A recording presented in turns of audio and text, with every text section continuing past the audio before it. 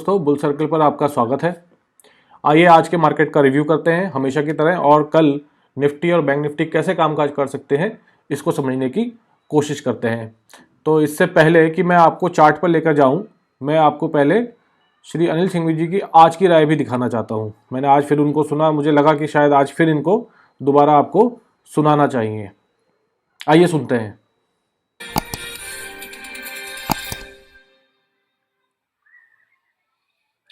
Sir, कमजोरी है हमारे बाजारों में, ज्यादा कमजोरी। ग्लोबल मार्केट से फिर भी थोड़े ठीक है। थोड़ा रिकवर करके वापस 35,000 पर बैंक निफ्टी आने की कोशिश कर रहा है। 16,500 पर निफ्टी है, तो हल्की निचले स्तरों से रिकवरी भी हमारे बाजार में हुई है, बट कमजोरी है। बाकी ग्लोबल मार्केट्स में कुछ नहीं बदला है सर। कच्चा तेल थोड़ा 119 से 116 हो गया, 117 पर है। अदरवाइज ग्लोबल मार्केट्स सुस्त है, कोई भारी गिरावट नहीं है सर। और फ्यूचर्स भी अमेरिकी एकदम सपाट है इस समय। क्या करके जाना, एक्सपायरी भी है। देखो, क्लोजिंग बेसिस पे तो 16,600 के नीचे बंद हो रहा है, तो थोड़ा खराब है। तो जिनको अगर स्टॉप लॉस डिसिप्लिन के तौर पे छोटा रखना है, उनको कर देना चाहिए खत्म। जिनका बड़ा है वो 16,250 का हमने देखा था 24 तारीख को, या तो वो आप रखो स्टॉप लॉस। वो नहीं रखना तो आपका एक बार क्लोजिंग स्टॉप लॉस तो ट्रिगर हो जाता है। इंट्राडे वाला नहीं हुआ है ब्रॉडली, क्योंकि 16,450 के आसपास जाकर बार बार घूमा है, तो वो आप एक बार चाहें तो रुक भी सकते हैं, लेकिन डे ट्रेडर तो वैसे ही खत्म करके जाते हैं। बैंक निफ्टी भी आपका 35,000 के आसपास बंद हो रहा है, नीचे बंद हो रहा है, खराब तो हो रहा है। हमारा स्टॉप लॉस भी लगभग इसी के आसपास का था। बैंक निफ्टी का लॉन्ग पोजीशन का स्टॉप लॉस हमने रखा था 35,200 के नीचे की क्लोज का। तो बंद तो खराब हो रहा है, तो अगर आपको थोड़ी रिड्यूस करनी तो कर सकते हैं। फ्रेश कुछ नहीं करना है, जो करना है एग्जिस्टिंग जो है उसी के साथ करना है। फ्रेश नया कुछ भी नहीं करना है, ये ध्यान में रखिए। कुछ नहीं करना है, फ्रेश नया नहीं, नया तो पता ही कुछ नहीं भाई। कल को और स्पेशली तेजी की तरफ तो थोड़ा डर ज्यादा है, मंदी की तरफ फिर भी ये। लेकिन अब जैसे आज ये बोल रहे हैं कि हम बात करेंगे, नेटो से भी करेंगे, उन पे हमला नहीं करेंगे, अब ऐसा कुछ भी हो जाए, यू नेवर नो ना। कल 200 ऊपर खुल जाए तो क्या करोगे आप? You never know. हाँ, बात हो गई तो कुछ आगे आराम से बैठो, कुछ नहीं जाने दे, देखो ना क्या करना है। ओवरनाइट इतनी रिस्क लेने का मतलब कोई मतलब वाली बात है नहीं। वो सारी चीजें।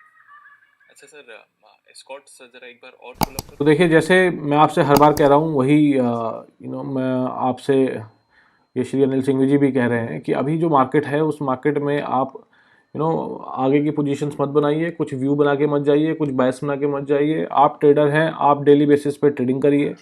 आप शाम को अपना टर्मिनल बंद करते हैं तो पोजीशन में मत बंद करिए। सुबह जब आप अपना टर्मिनल खोल रहे हैं तो कोई बायस बना के मत करिए। आज का समय मालूम नहीं है कि मार्केट कल सुबह आपको क्या दिखाने वाला है। जैसे आज गैप अप हो गया, कल गैप डाउन हो गया था, ठीक है, और गैप अप होने के बाद फिर वापस नीचे आ गया। तो इस तरीके से हम लोग बार बार आपको यही, और मैं आपको इसलिए बार बार ये अनिल सिंघवी जी को सुना रहा हूँ ताकि आप लोग देखें कि क्या एक्सपर्ट्स की भी इसके ऊपर क्या राय है। आइए अब सीधा चार्ट के ऊपर बात कर लेते हैं। जैसे आपके सामने ये चार्ट खुला ही हुआ है, तो हमारे जो कल के लेवल थे वो आपको क्या दिए हुए थे। कहा था कि अगर मार्केट जिस जगह पे बंद हुआ है, यानी कि 625 से 605 और 625 के बीच में अगर फ्लैट खुलेगा, ठीक है, तो उसके लिए 673 एक रेजिस्टेंस जोन होगा, और 600 600 के आसपास उसके सामने पहला एक सपोर्ट रहेगा। तो आज देखिए मार्केट क्या हुआ, 131 पॉइंट गैप अप हो गया। गैप अप होने के बाद मैंने आपको जो कल रेजिस्टेंस दी हुई थी वो कितने पे दी हुई थी, वो रेजिस्टेंस मैंने आपको दी हुई थी साहब यहाँ पर 741 पे। ये जोन मैंने आपको रेजिस्टेंस का जोन बताया था, ठीक है। तो इसी जोन पे देखिए आज गैप अप होने के बाद फिर यहीं से निफ्टी नीचे की तरफ अपना मूव करने लग गया। और फिर अगर आप यहाँ से देखेंगे तो इस बीच में, यानी कि अगर आप लगभग यहाँ पे टाइम नोट करें तो ये टाइम है आपका 9:45 से, यानी कि 9:45 से लेके और ठीक 12 बजे तक, ठीक है, मार्केट यहीं पर घूमता रहा। यानी कि यहाँ पर आज रेंज बाउंड हो गया था। तो उसका रीज़न भी मैंने आपको बताया था कि रेंज बाउंड होगा, क्योंकि सेलर्स जो प्रीमियम थे पुट के और कॉल के, ठीक है, जो स्ट्राइक्स के प्रीमियम थे वो बहुत हाई, बहुत एक्सपेंसिव थे, तो उनको इसको भी अपने लेवल पर लेकर आना था। तो आपको देखने को मिला यहाँ, यानी कि 12:15 पे फिर आपको एक मूव देखने को मिला। ये मैं आपको 15 मिनट के चार्ट पे आपको दिखा रहा हूँ। तो देखिए यार, उसके बाद फिर दोबारा से मार्केट जो है वो रेंज बाउंड हो गया। यहाँ से देखिए, अब अगर मैं ये देखिए फिर वापस यहाँ से ये रेंज बाउंड हो गया। रेंज मिली बहुत लंबी, लेकिन रेंज बाउंड चल रहा था, यहाँ से ऊपर नीचे शफल रोलर कोस्टर की तरह काम कर रहा था, राइट। अभी अगर आप देखें, अगर इसको समझने की कोशिश करें तो 30 मिनट पे आपको ये और ज़्यादा क्लियर दिखाई देगा। देखिए सिर्फ 2 मूव दिए हैं आज मार्केट ने। एक मार्केट ने मूव दे दिया सुबह ही, अपना रेजिस्टेंस से वापस को पलटा, और उसके बाद आपको एक मूव मार्केट ने ये 12 बजे के आसपास दिया है, जिसने यहाँ नीचे रह गया। अदरवाइज आप देखिए हाफ एन आवर पे आपको बिल्कुल एक रेंज बाउंड मार्केट दिखाई देगा। ये देखिए सुबह भी और शाम को भी दोनों ट्रेडिंग सेशन में ये रेंज बाउंड रहा, सिर्फ एक एक मूव इसने दोनों तरफ दिया है, राइट।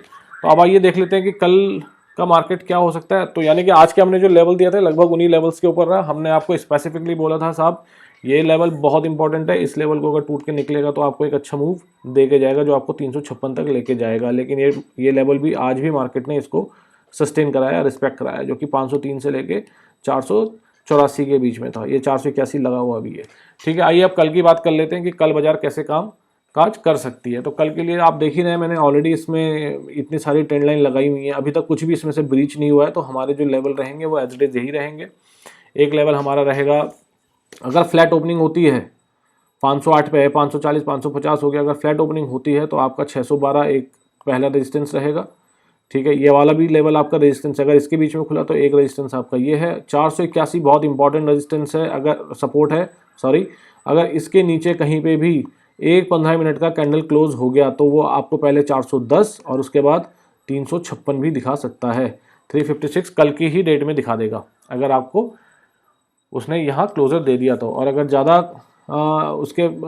उसके नीचे गया तो फिर 217 और आपका ये 273 217 भी आपको नीचे के लेवल मिल सकते हैं। ये लेवल आपको कल की ही डेट में निफ्टी दिखा सकती है। ऊपर की साइड 612 पहला रेजिस्टेंस है और 612 का रेजिस्टेंस निकलने के बाद 673 आपको एक रेजिस्टेंस मिलेगा और 741 तो रेजिस्टेंस है ही, जिससे ही आज फिर वापस आया है। कल इसको बड़ी मुश्किल से इसने निकाला था, ठीक है, और आज फिर वहीं से लौट के इसने नीचे की तरफ का मूव दिया है। आइए बात करते हैं सीधा बैंक निफ्टी की। बैंक निफ्टी भी देखिए अपनी रेंज में है और बड़े ऑब्वियस रेंज में है। बैंक निफ्टी सुबह गैप अप हुआ लगभग 200 कुछ पॉइंट से, और गैप अप होने के बाद सीधा नीचे की तरफ चला आया, ठीक है। एक हल्का सा एक इम्पल्स के बाद एक रिट्रेसमेंट दिया और फिर दोबारा से एक इम्पल्स दे दी, राइट। तो बिल्कुल सही पैटर्न बनाया, एन का पैटर्न बनाया, जिस पैटर्न में बाजार गिरता ही है, ठीक है। तो एक ही पैटर्न बनाया। बैंक निफ्टी बहुत ऑब्वियस आज मार्केट में काम कर रहा था, ठीक है। तो ये देखिए यहाँ पर, और इसके बाद फिर ये रेंज बाउंड हो गया, ठीक है। तो ये एंड में जाके रेंज बाउंड हुआ। तो यहाँ पे जो सेलर्स ने अपने पैसे बनाए वो यहाँ पर बनाए, लेकिन आपको सुबह सुबह वो यहाँ से मूव देके चला गया। इसमें भी आपको पहले ही लेवल दिया हुआ था 683 हम लोग बहुत 700 के आसपास का हम लोग आपको बहुत टाइम से रेजिस्टेंस बताते हुए चल रहे हैं कि 35-700 जो है आपके लिए एक रेजिस्टेंस का काम करेगा। जो ये लाइन हमने आपको बार बार बताई है, यहाँ पर जो ये लाइन थी, ठीक है, कि इसके और इसके बीच में जो है आपको लगातार रेजिस्टेंस खाने को मिलती रहेगी। तो देखिए आज फिर वहीं से एक रेजिस्टेंस आपको दोबारा 813 से देखने को मिल गई है, ठीक है। अब अगर आप कल की बात करें तो अगर कल फिर वापस, क्योंकि आज फिर से जो रूस के विदेश मंत्री हैं उन्होंने जो अपनी उसमें कि वो अब नेटो से भी बात करेंगे, वो यूक्रेन से भी बात कर ही रहे हैं, उन्होंने नेटो पे हमला नहीं किया है, तो यानी कि वो अपनी तरफ से मसला सुलटाने की कोशिश कर रहे हैं। तो पता नहीं है कि गैप अप होगा या गैप डाउन होगा, कुछ आइडिया नहीं है।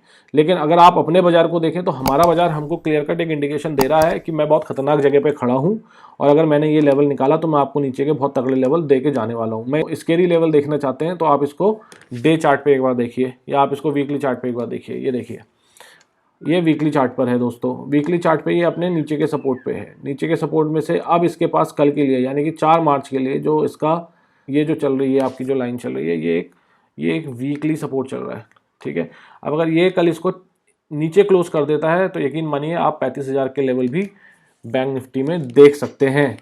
इस तरीके से बैंक निफ्टी नीचे गिर सकता है। तो मैंने नीचे आपको लेवल जरूर लगा के रखे हुए हैं, लेकिन ध्यान रखिए ये बहुत क्रूशियल लेवल पे इस वक्त बैंक निफ्टी ट्रेड कर रहा है, और नीचे के जो लेवल हैं वो आपको बहुत अच्छी तरीके से ये दिखा सकता है, प्रोवाइडेड कि ये इस लेवल को ठीक से तोड़ ले। अभी अगर आप कल की बात करें, अगर कल को फ्लैट ओपनिंग होती है, गैप अप गैप डाउन नहीं होता, गैप अप गैप डाउन मैंने आपको बताया 30 मिनट का वेट करिए और उसके बाद उसके अंदर एंट्री करिए।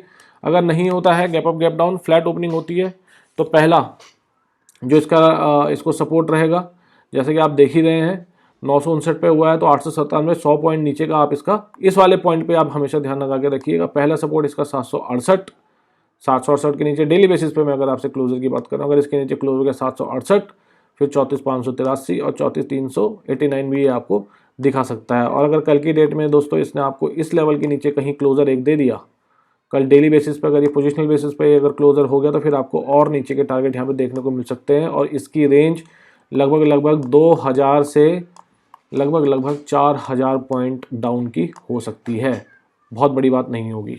ऊपर के लिए जो पहला रेजिस्टेंस है 35,000 ही पहला रेजिस्टेंस है, ठीक है। 35,110 तक आपका पहला रेजिस्टेंस है। दूसरा 305 का रेजिस्टेंस है, जो आपके सामने यहाँ लगा हुआ है, और तीसरा रेजिस्टेंस आपका 35,545 का रेजिस्टेंस है। तो अब ऊपर के लिए थोड़ा मुश्किल हो गया है कि बहुत सारे रेजिस्टेंस सामने आके खड़े हो गए।